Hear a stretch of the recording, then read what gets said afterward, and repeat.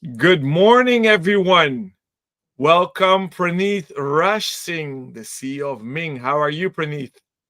Morning, Alon. I'm good. How are you? I'm very, very good. I'm happy to see you. And Likewise. for our dear viewers and listeners of this audio file that will be uploaded as a podcast later, if you don't know, if you've been hiding under a rock or overwhelmed with work, this is a very special week for us because in our 50th anniversary year, we finally announced this week that Ace Jewelers became the first authorized retailer for Ming, Horologer Ming in Europe. So thank you, Praneeth, for the trust and honor. I'm very excited. Well, thank you, Alon, for working with us. And I think you put this in the press release, but for those who don't know, this is sort of a full circle moment for Ming and Ace, because I think 15 years ago, Ming picked up one of his first Omegas from Ace Jewelers in Amsterdam, right? Yeah, So amazing. you could say it was meant to be in some sense. It is, and we didn't even know that. And he told me that story actually this summer when we met up in Geneva.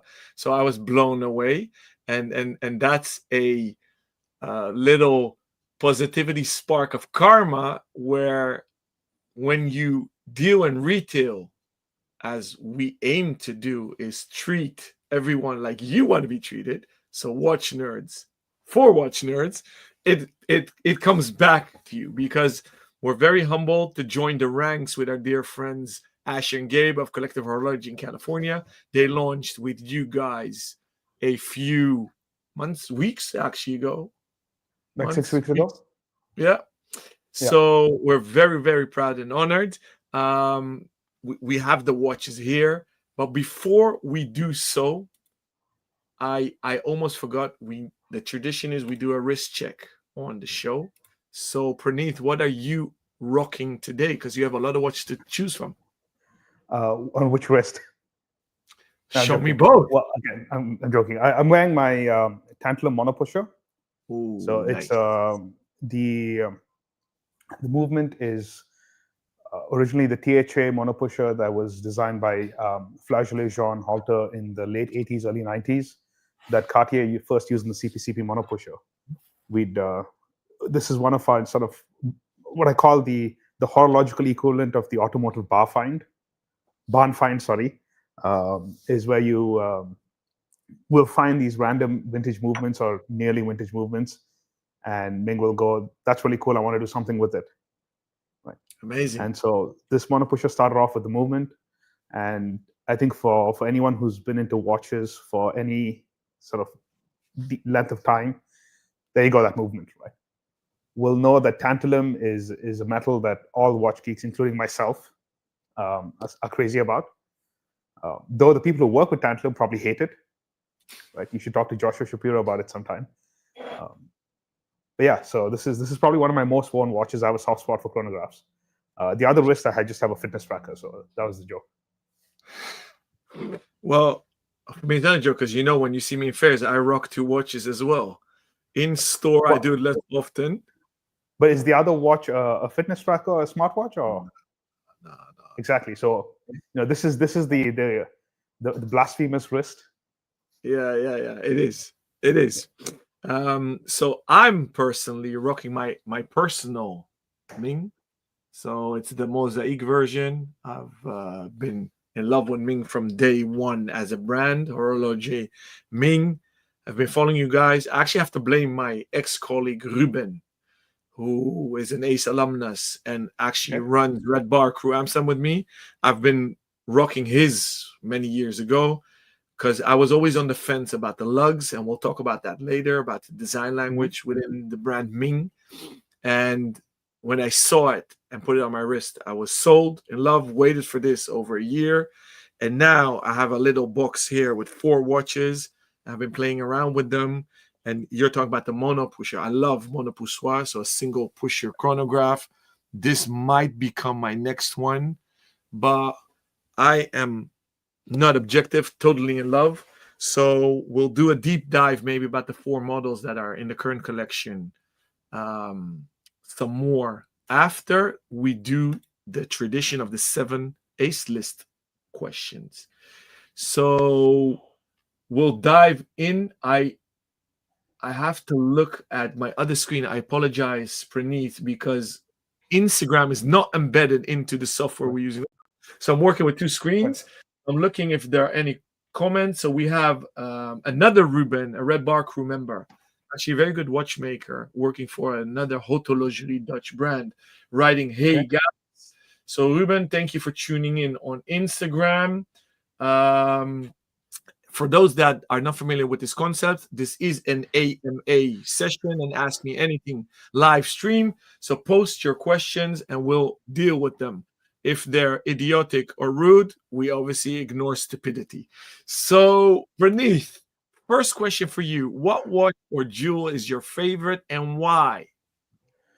So I have to say, I watched a couple of the Ace List episodes ahead of time to prepare myself, and all of the traditional questions I spent a few hours racking my brains on, and I hate having to pick one thing.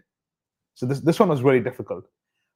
If you had to force me to pick sort of my favorite watch, I would say it's an Oxen Junior Ming sort of special projects. It's on our website as the Celestial 3, and that's sort of my favorite watch because it was designed by Ming and commissioned by my dad as a birthday present for me, right?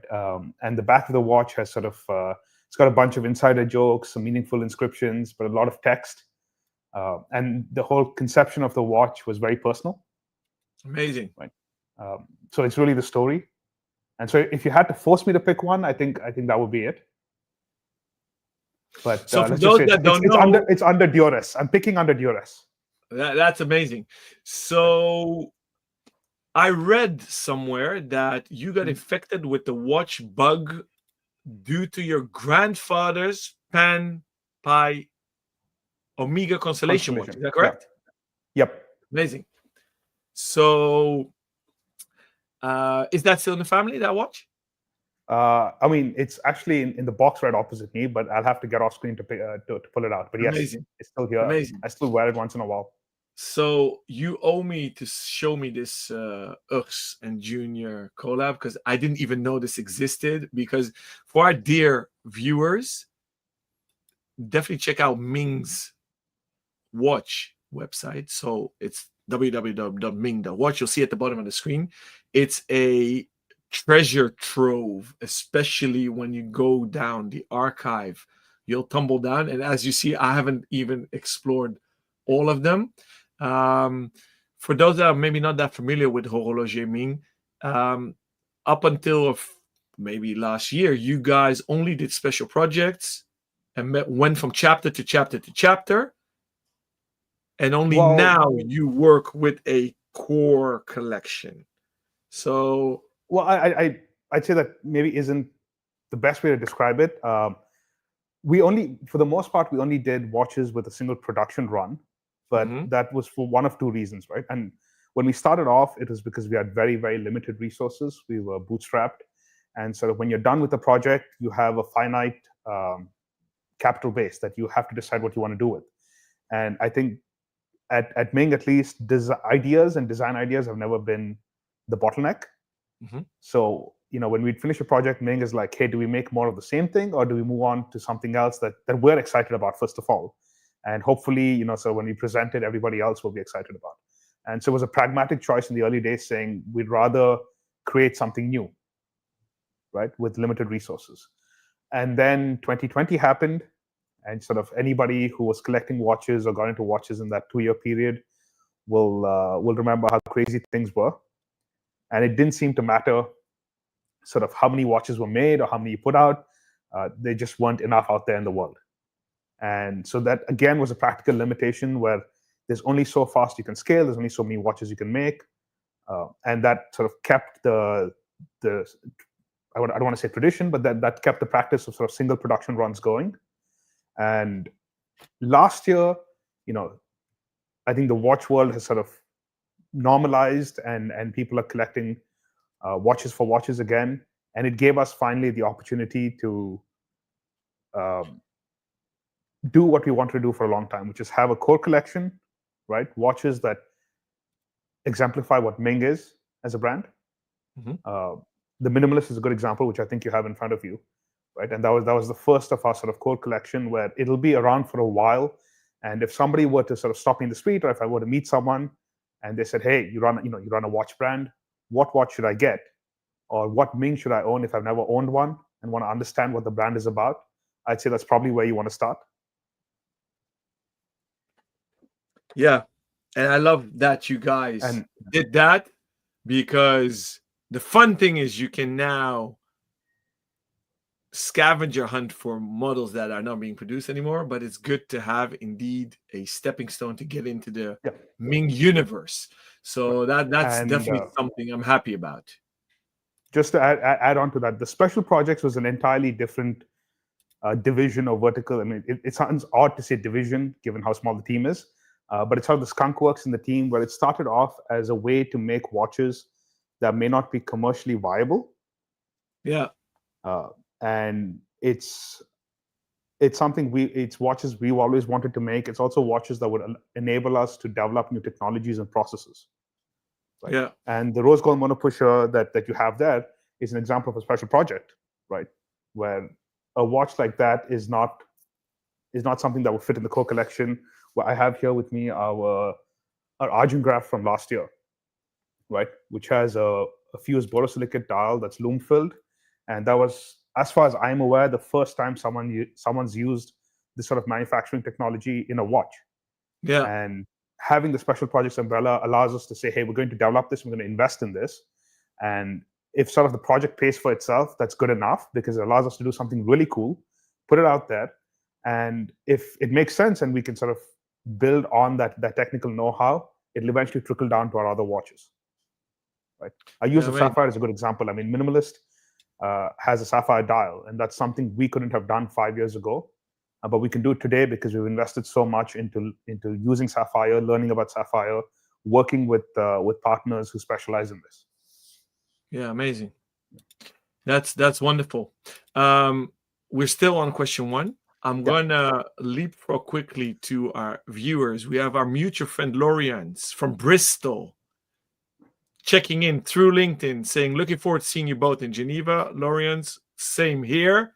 And I know that Ming is friends with our dear friends. Fierce is another brand we represent exclusively in the Netherlands. So thank you for tuning in, Lorians. Thank you, Lorians. And I have to say, we'll be at Time to Watches this year in Geneva. And that would not have happened if not for Nicholas and Lorians sort of reaching out to us and helping us coordinate all that, right? So amazing. We're going to be there in Geneva thanks to her. Amazing. So thank you for having Ming there as well. We have Daniel Mitchell on YouTube writing, "Morning, Alon and Praneeth. Congratulations. Looking forward to this conversation. How important is the evolution of design rather than revolution? I like the connection between the models so far." If you don't mind, Praneeth, I'll park this second part for the end of the show when we deal with all the questions. Okay. Thank you, Daniel. As long as you remind me, I might forget. I will. Yeah. Don't worry. I love these questions. So that's amazing. Second question for you, Praneeth. What did you want to be when you grew up? Well, I think when I was very young and before I sort of understood the realities of the world and what working was actually like, I wanted to be an archaeologist. And then I realized that I liked reading historical fiction a lot more than I would like writing academic papers. So that was very quickly abandoned. I think as I got older, what I wanted to be and become distilled into more of a single sort of statement, which is I always wanted to do interesting things with interesting people. And I think I'm fortunate to say I've managed to do that so far, and I hope to continue to do that.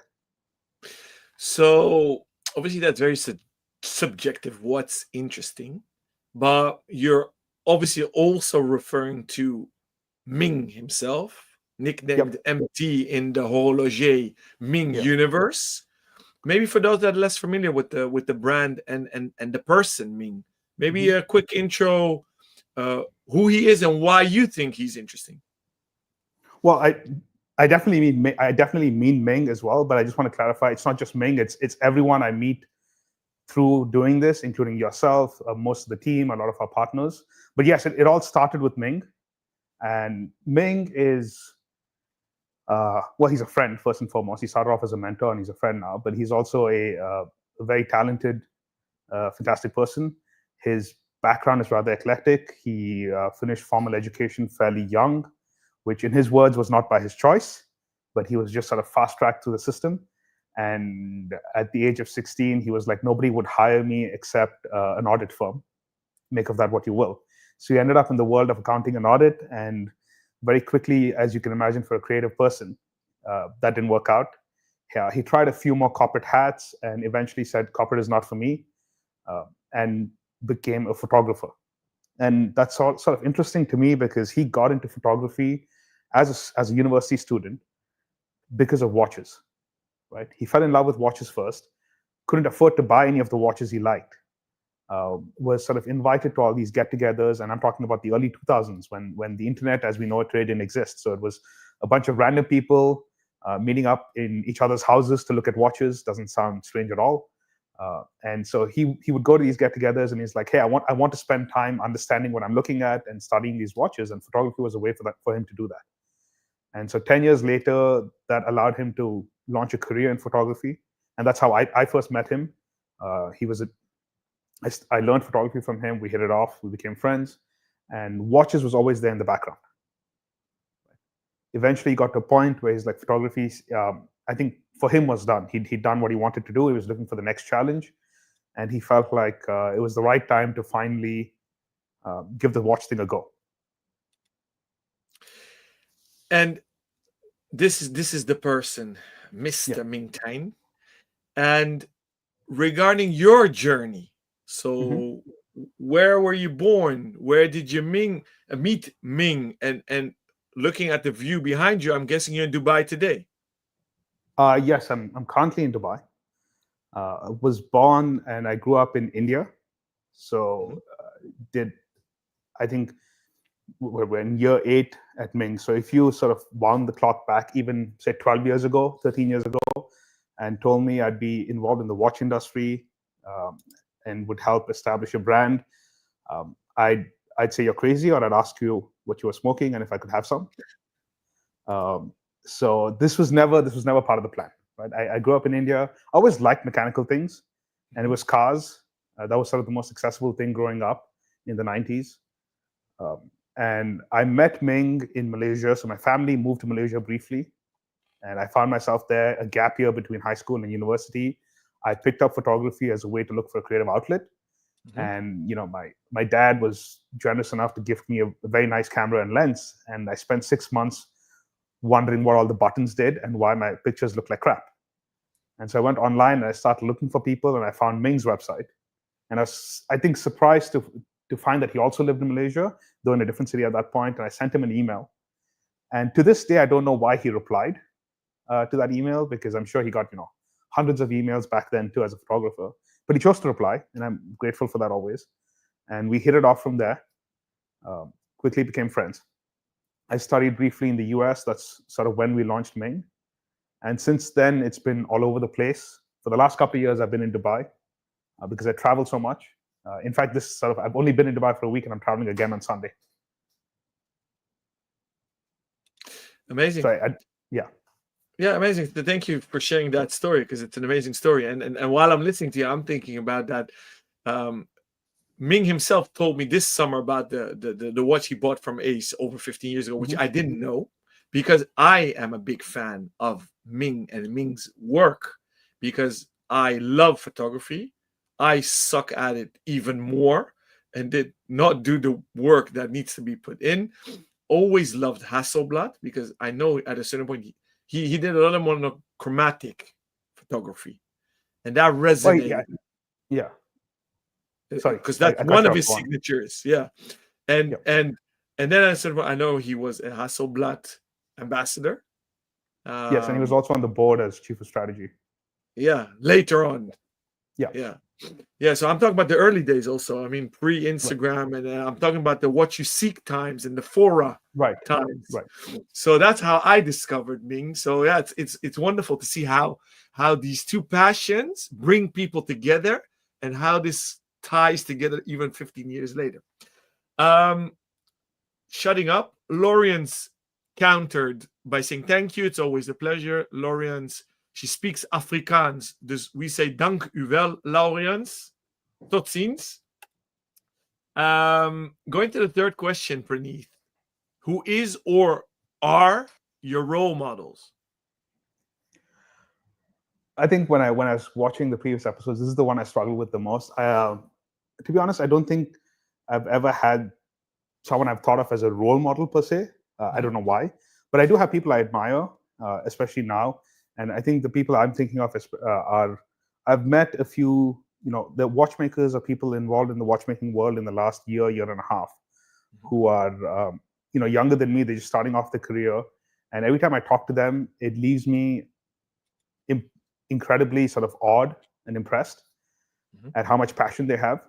Right? We have, we just welcomed our first full-time watchmaker to the Ming team officially sort of late last year. And, her personal story on how she ended up becoming a watchmaker and some of the, either the sacrifices or the leap of faith that was taken to sort of get there, I think leaves me incredibly awed.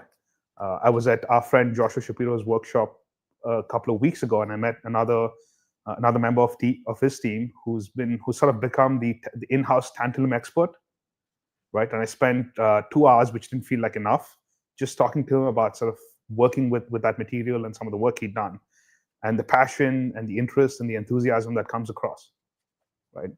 I think when you've been in the industry for 8 years or much longer, I'm sure you'll relate.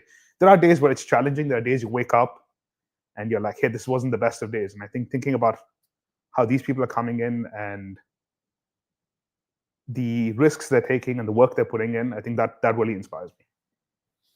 That's amazing. And this underlies again how modest you are, because you're paying it forward. I believe you're referring to Ming's first full-time watchmaker, who's on her way to Amsterdam. Yep. As we speak, I have the honor to meet her and welcome her tonight, because 2 of Ming's Swiss team members are on their way to Amsterdam, because tomorrow we're having a launch party in our boutique in Amsterdam. So if you are around and you want to attend, please send us a DM, email, or WhatsApp or whatever. Get in touch if we still have a spot available. I'm very, very excited to meet and welcome both. So they will be obviously present tomorrow at the launch party tomorrow evening, and they will say some words. So if they are not watching this, I'll make sure you gave a shout out. Thank you for that. Going to the fourth question, which was created during the lockdown. So we start daydreaming. We were talking virtually, and we said, hey, if you're stuck in your own bubbles, where would you want to go? Even it can include time travel. So where would you teleport tomorrow, and where would you go? I think this was the easiest one to answer, because I would teleport to Amsterdam to join the launch party, which I unfortunately can't do because of the way travel lined up. So I wish I could be there tomorrow, and so this was an easy one to answer. Thank you. And that's the CEO in you.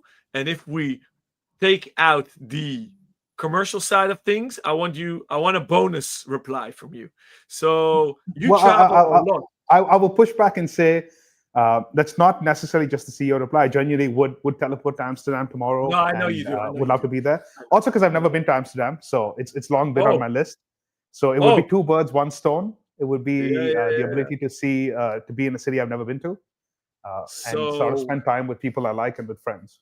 Yeah, so you and I are working actually on a date, because for our dear viewers and listeners, I twisted Praneeth's arm because we've been talking about this partnership quite some time, and they're extremely busy, and the pipeline of amazing stuff that's coming out is also bonkers. The creativity coming out of the multiple teams from Ming, because you guys are scattered around the world and work very efficiently, I must say, because I have the honor to work with you guys for some months to prepare this week, this launch, and he really could not attend. and I know you really wanted to be here. And there goes question 7, because the question is, have you been answered that before? So we can catch up speed, which we've lost now in the first 4 questions. I have a personal question. You travel extremely a lot. What is on your bucket list to visit besides Amsterdam that you haven't seen yet? Quite a bit, actually. Prague has been on my bucket list for a long time as a photographer. I remember I've heard really, really good things about it. Cuba has been on my bucket list. I smoke way too many cigars. Scotland has been on my bucket list. Any region that makes wine seriously is on my bucket list. Right. I think there's way too many to pick. And I also enjoy food. So sort of when I travel, the first question always is, where can I go and eat? And if I can't think of where I'd go and eat, I probably am not traveling there. Amazing. So I already think that besides a second trunk show in Amsterdam, when you visit, we need to do a European tour. I have Cuba on my bucket list as well. Strangely enough, I've never been, and I love cigars as well. But that I will attend on a trip that our friends Collective Horology will do in the Americas. So I'll attend as a watch nerd, and you and I need to do a road show, and Prague will be the second stop after Amsterdam, because I love that city, and it's for horological reasons very important. Jumping to the 5th question, Praneeth. What book are you currently reading, or what book made a big impression on you recently? So I can't read nonfiction. I will fall asleep. So most of what I read is fiction. I'm currently reading the Miss Bond series by Brandon Sanderson. Which I'm told is a whole sort of universe unto itself, and I've just started. But I think the book I've read recently that had an impact on me is a book by an automotive journalist called Chris Harris. And it's sort of an autobiographical book called Variable Valve Timing, where he talks about his career in the world of cars, how he became a reporter, and sort of how it went through. And it really stood out to me because, one, his writing is fantastic. It doesn't feel like you're reading nonfiction. Right? It's not dry, and it's not like taking a sleeping pill. It's actually entertaining and engaging to read.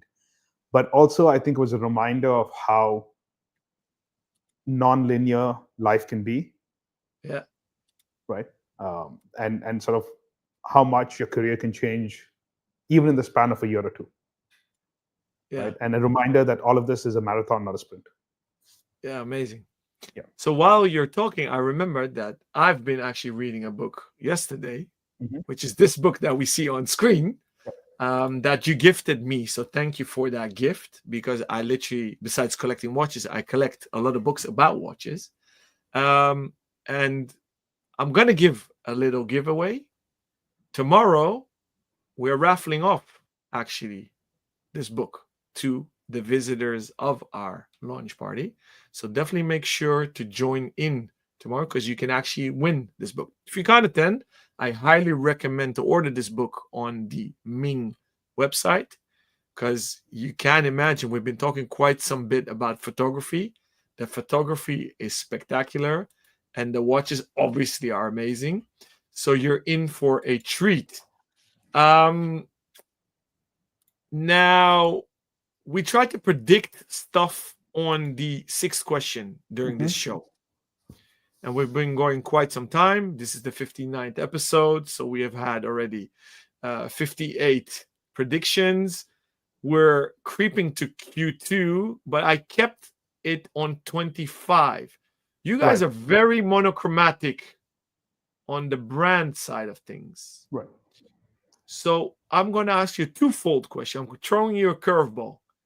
For the general observations, what do you see, Praneeth, in the watchmaking industry as the color for 25? And if you want, you can prolong it to 26. And then I'll ask you part B. Well, before I answer your question, I had another question myself for a future episode. Have you ever done a statistical analysis to see how many of those predictions ended up being right? I'd be curious to see the results. Good question. We have not. If I rack my brain, well, maybe for episode 100 you can do that. Yeah, that's a good. I don't know if I'll make 100 because I pour a lot of my energy into the real-time show, but by high demand I do these live streams for the ace list. But let's see if I'll make it to 100. But if I rack my brain very quickly, I think that the hitting rate is above 60-70% because it's not that difficult in the watch industry. We lag in the watch industry if you look at colors.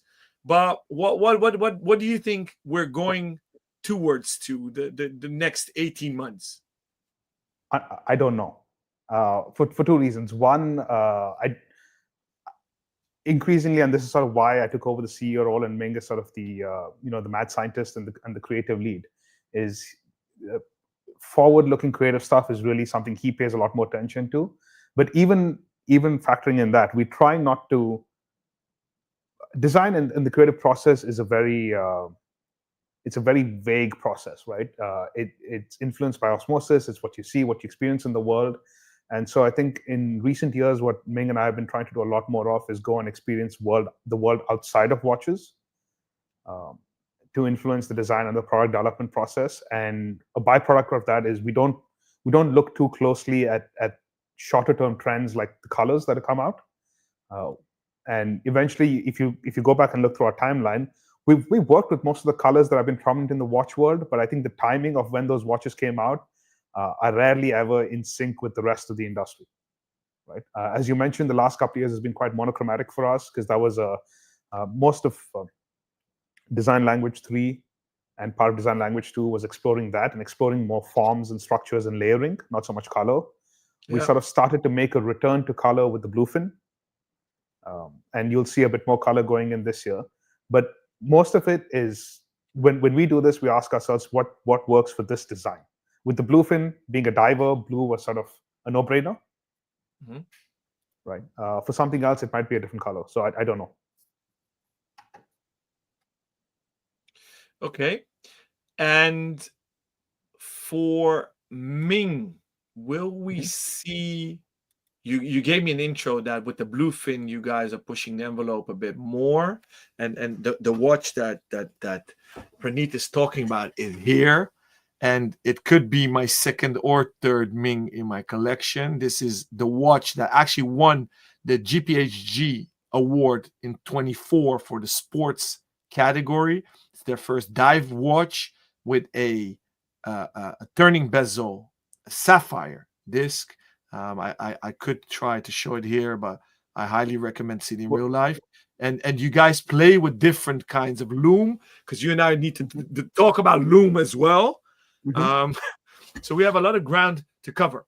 That being said, I'm jumping quickly to 7. We've dealt with this. Yeah. We need to work harder on honing down on a date. We have the month. Now we need to pin the date because you have to come. So stay tuned, dear listeners and watching viewers of the show. Before we dive into the question, because we've received a lot of questions beforehand, soon I invite our viewers to post their questions for you and or me. Where do you want to take it now, Praneeth? I maybe want to do a quick intro into the brand and the watches. Sure thing. I mean, I'm happy to talk about whatever you think. Yeah, because we can do a few of these hours. Yeah. So I already now want to invite you back for a future session, and we can do maybe deep dives on particular topics because there's so much in the Ming universe. If I summarize to people, hey, what is standing out so much for you about Ming is I did that last night, actually. I went to a dinner party of a good friend of mine, and a few guys were collectors. And like, hey, Alon, I saw on your socials you're launching Ming. Are you rocking one? So I actually was wearing this last night. Right. And they're like, yeah, wow, amazing. And we looked up the pricing, and yeah, it's high end, but it's not too expensive. But is it qualitative? I'm like, yeah. So maybe I'll shut up and you have the honor. What's the elevator pitch for people that have never heard of Horologer MING? consider design great value and a bridge between tradition and innovation. Home run. It's a very quick Now, elevator. a home run. Now for dummies. I say it's a high end, great value for money, Malaysian origin, today / Swiss, because you guys are incorporated Switzerland now. Well, I'll comment on the origin thing. I think Ming is he grew up in the UK and Australia, and he's lived in Malaysia most of his adult life because that's where his professional career was. And when we started this, starting a watch brand is risky enough. I think moving countries doesn't make sense when you put down roots, and that's the reason why it started in Malaysia, just because Ming lived there. Switzerland is where the second facility is, because as much as we have a global supply network, some things must happen in Switzerland because that's where the ecosystem is.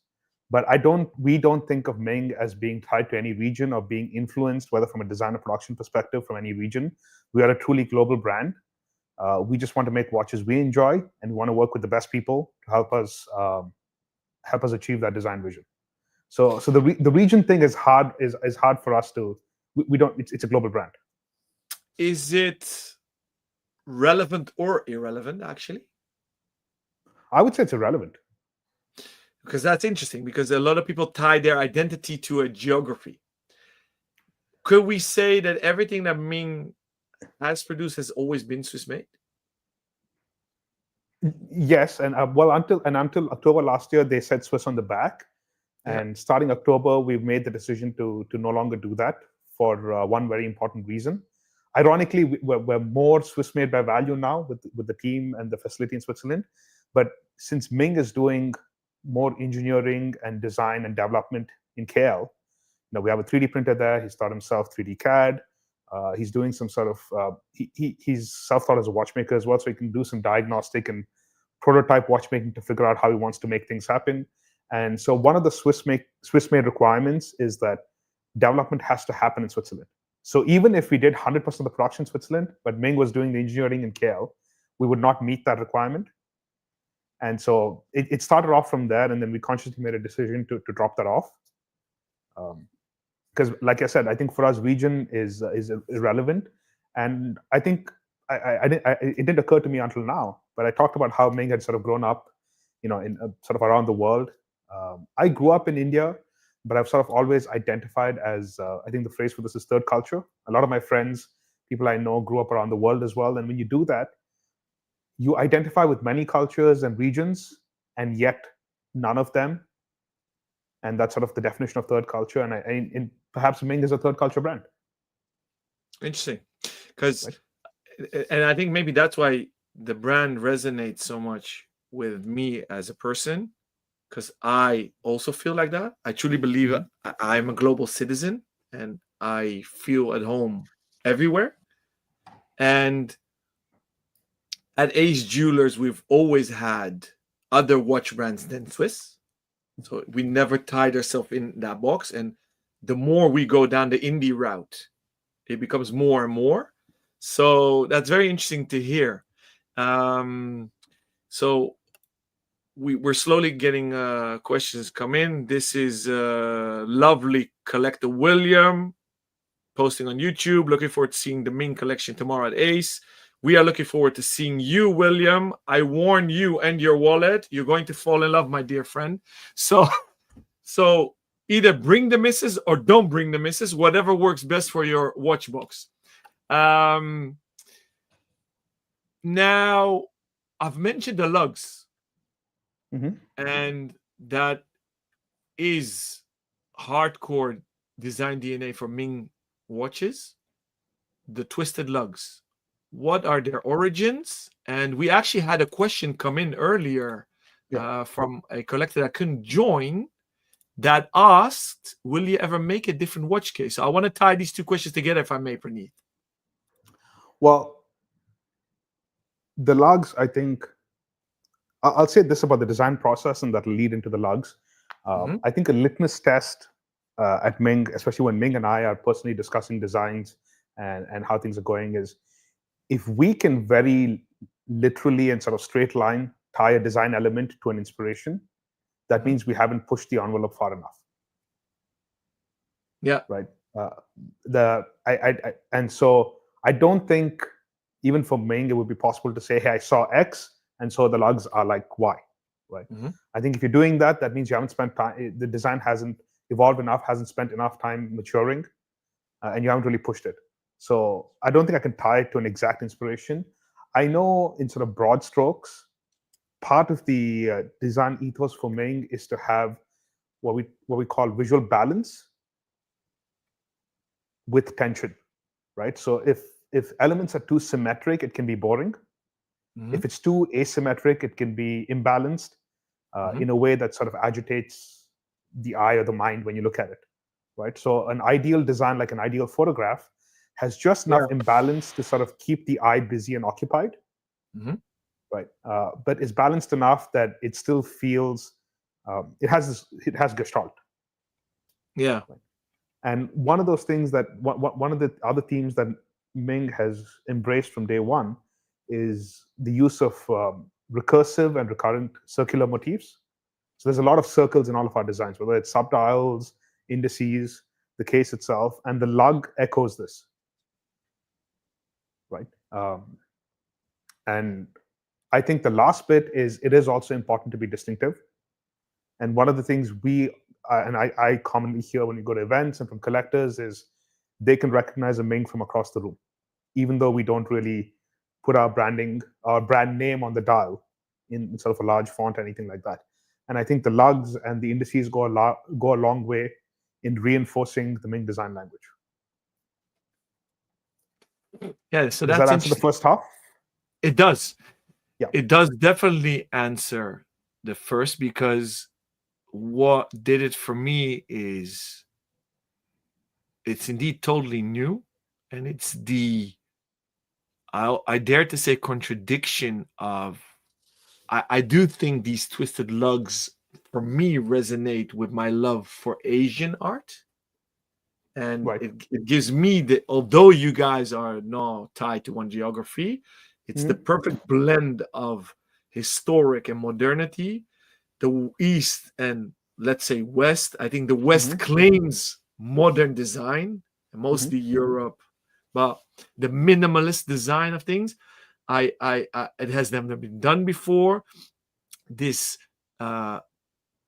obsessive drive of innovation, both in design and also you guys push the envelope on technical innovation and thinking out of the box and creating partnerships and transparency, because you guys are very transparent as well in your communication, which is very rare in the watchmaking industry. Do you concur? Do you feel that? Do you get that feedback? I would say I concur, and that was a conscious choice from day one. One of the other reasons why sort of the final impetus for starting Ming and that final push came from let's just say a less than ideal retail experience that Ming and one of the other co-founders had, right? But a couple of years before we started, and sort of that is what pushed them over the edge to say, you know what, let's do this. And maybe on one hand, it's a little arrogant to think we can do better, but we thought we could do different. And it started off with being, hey, how would you like to be treated as a consumer? It's what we started this entire call with when Alon, you said, that's how you like to treat people who walk in. I think it's the same question we asked ourselves. And I think a lot of times for us, for Ming and me, we've done outside the watch world, we've bought stuff on Kickstarter, or we've met other people that I'd like to think supported their dream and vision for something else, right? In other hobbies and passions we have. And a lot of things happen in that process, right? Sometimes it's delays, sometimes it's improvements, sometimes designs change, the good, the bad, all of it. But the more context we have, or the more information we have, the more of a dialogue we have, the more we understand it, and the more we have a connection to whatever it is that we're a part of, right? And I think continuing that in Ming as a brand was important to us. I think that the trick and the challenge, and it's a continual challenge, and I don't think we've got it head on. I think there's always room for improvement, is how do you keep that balance as you scale, right? If I'm doing a project with 10 watches, it's a lot easier for me to sort of talk to all 10 collectors one-on-one, give them a call, have a chat. We've done models where we've sold 1,500 of them. And at that point, the question becomes, how do you still keep people involved, but sort of keep it manageably scalable and sustainable, right? But I think trying to be transparent was a very conscious choice for us. Yeah. Sorry, before we move on, there was a second half of that question about watch cases. I thought we should just finish that so we don't leave it hanging. Please, yeah. Sorry, yeah. I'm all over the place. I have so many questions, and I see the clock running out. Please do. Right. So I think never say never. We've done some design studies and explorations in a. When that gentleman or lady asked about a different watch case, I assume they mean a non-round watch case. And let's just say there've been design explorations done. So never say never, and hopefully sooner than anyone expects. But I can't share anything beyond that for now. Okay, yeah, this was this question. Yes, thank you so much for bringing that back, because I forgot about that one. Yeah, and for our dear viewers that want to see how much the envelope is being pushed on Ming and how much they think out of the box, is the LW01. I'm talking about this one. I had the honor to see the prototype in Switzerland this summer. This, for example, is also bonkers. And look at this, 8.8 grams. As I said, we can do many deep dives with Praneeth and the Ming team going over the topics. Now, I soon need to start shutting up and asking questions, but there is something very important I need to touch upon with you, is loom. Loom is very important for the brand Ming. Yes. Why?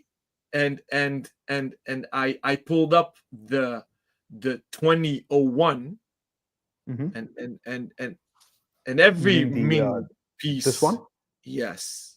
Okay. Yes. Here, it's on the screen now. Yeah. This I am known as a chatterbox, and I think that well, that's what we're here for, right? It's a conversation. Yeah, but when I met you in Geneva, I think that I was quiet for a few minutes because you gave me the watch. I was blown away, and then you gave me this. And you didn't say a word. I'm like, huh? Is this 3D printed? You're like, yeah. You can download the file and you can print it yourself. So everyone watching, you can either find it on the Wing website or just DM us, and we'll send you the downloadable file for this cone. So this cone with together this flashlight, you can put this in, and then you can see the loom in effect or photograph it. You'll see here they're cutouts for the watch straps. So this already blew my mind in combination with the 2001. Let's talk about loom and then this watch, please. So I think I can answer all of that without getting too philosophical, political, or ethical, or whatever.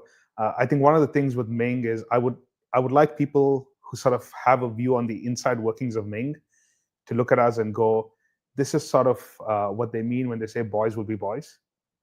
Because with loom, there's a practical reason. It helps with legibility and all of that, but honestly, it's cool, right? I just like charging up the watch, looking at the loom, and being an 8-year-old kid again, right? It's the same thing with the loom cone. We got a 3D printer, and we'd go to all these events, and even at the office, you'd see people sort of charging the watch up and then cupping their eyes around it.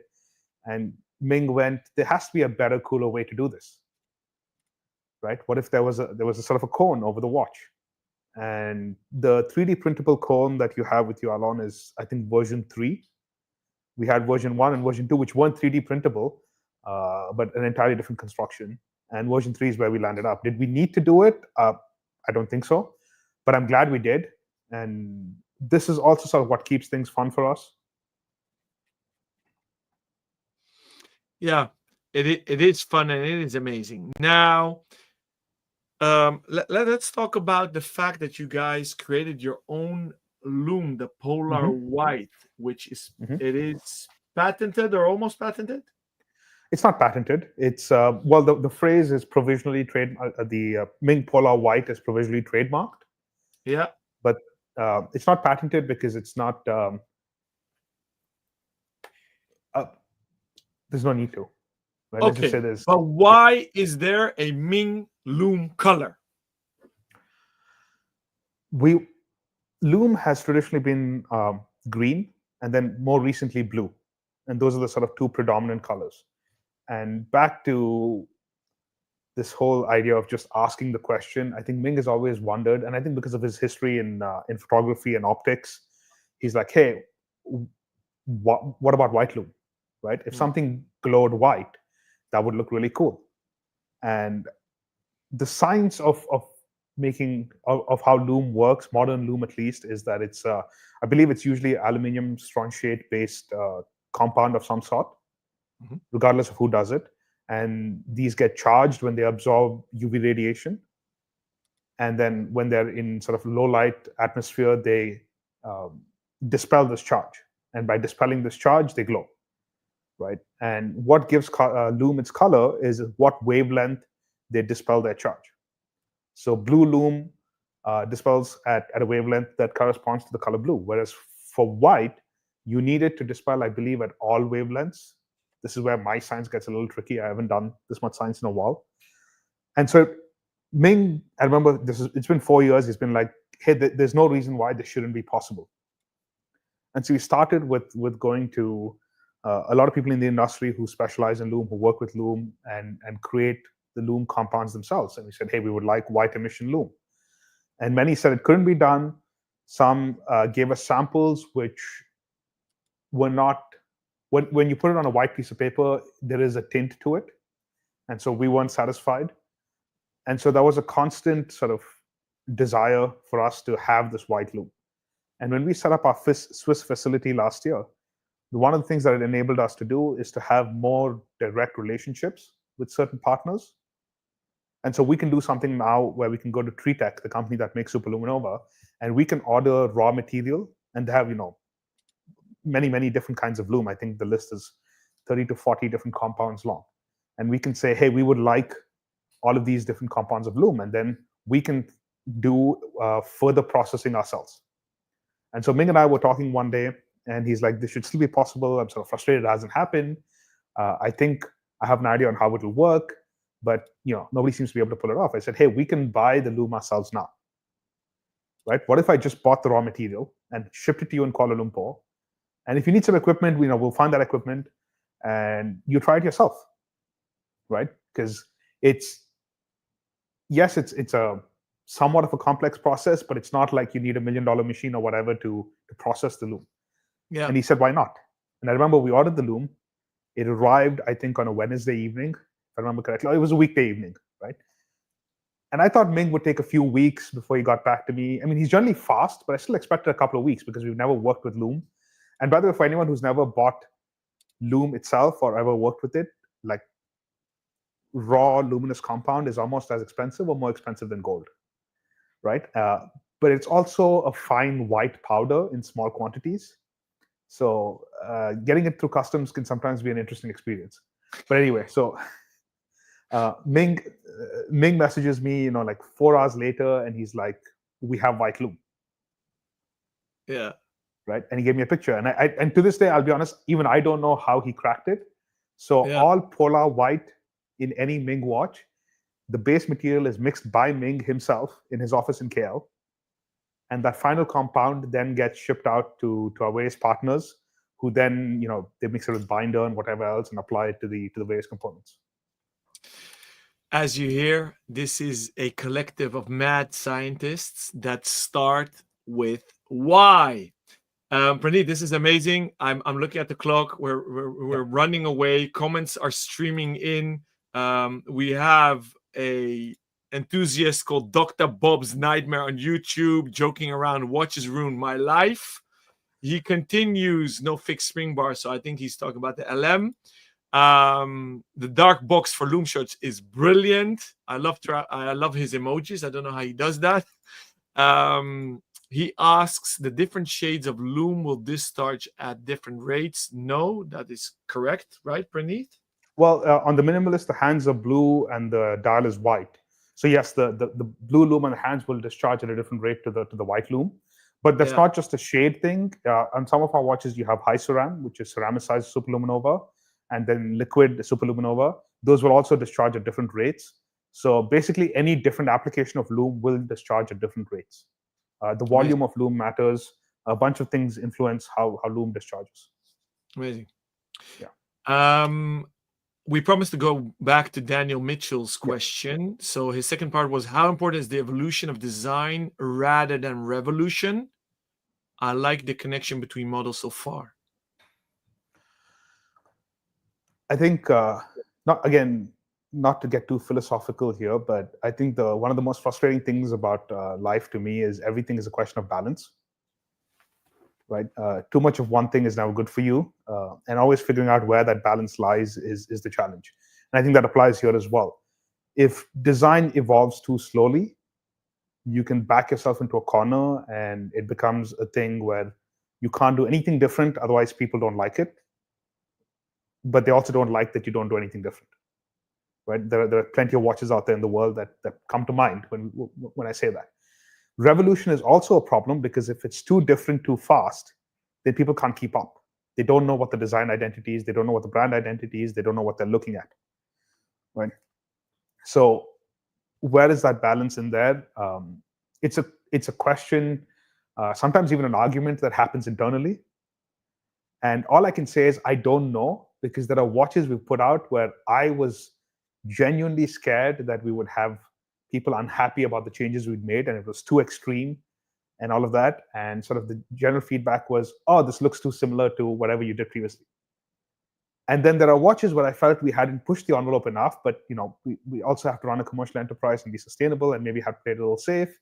And we've had people come and say, hey, that's radically different from anything else you've done. So I don't know. I think the biggest takeaway for me has been design is such a subjective field. There is a sort of universal, to a large extent, design is universal in the sense that people can broadly agree on what good, fair, not good, bad design is. But the specifics of what really appeals to them and why changes.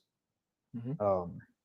And to bring all this back to Daniel's question, I think it's important that you find the balance between evolution and revolution, but not focus on either one to the exclusion of the other. Amazing. Thank you for that lovely answer, and thank you for the good question, Daniel.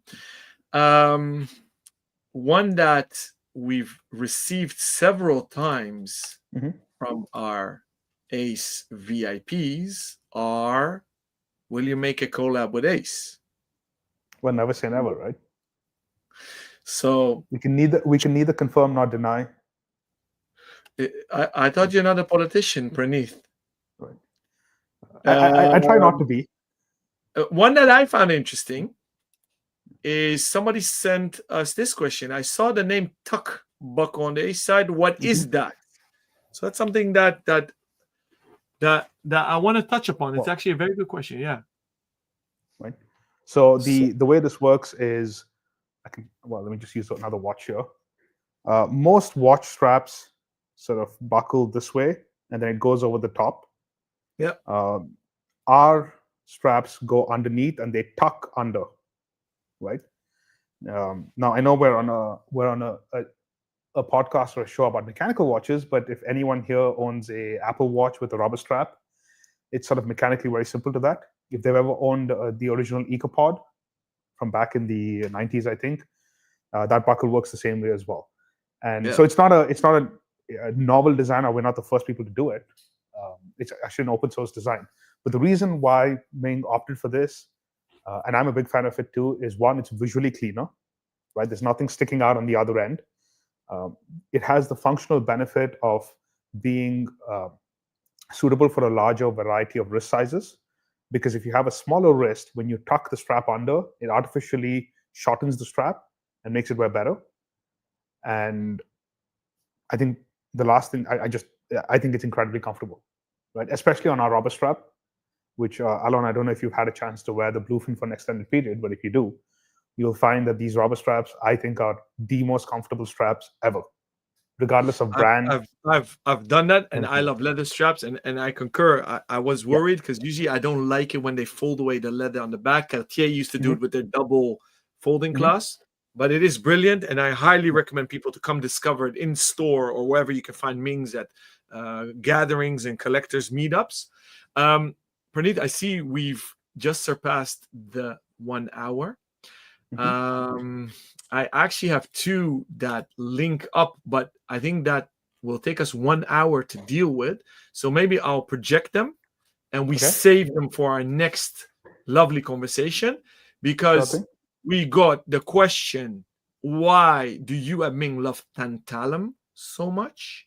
Mhm. And then another person sent the question, why did you co-found the Alternative Horological Alliance, which has something to do with tantalum? So should we keep those two for our follow-up session?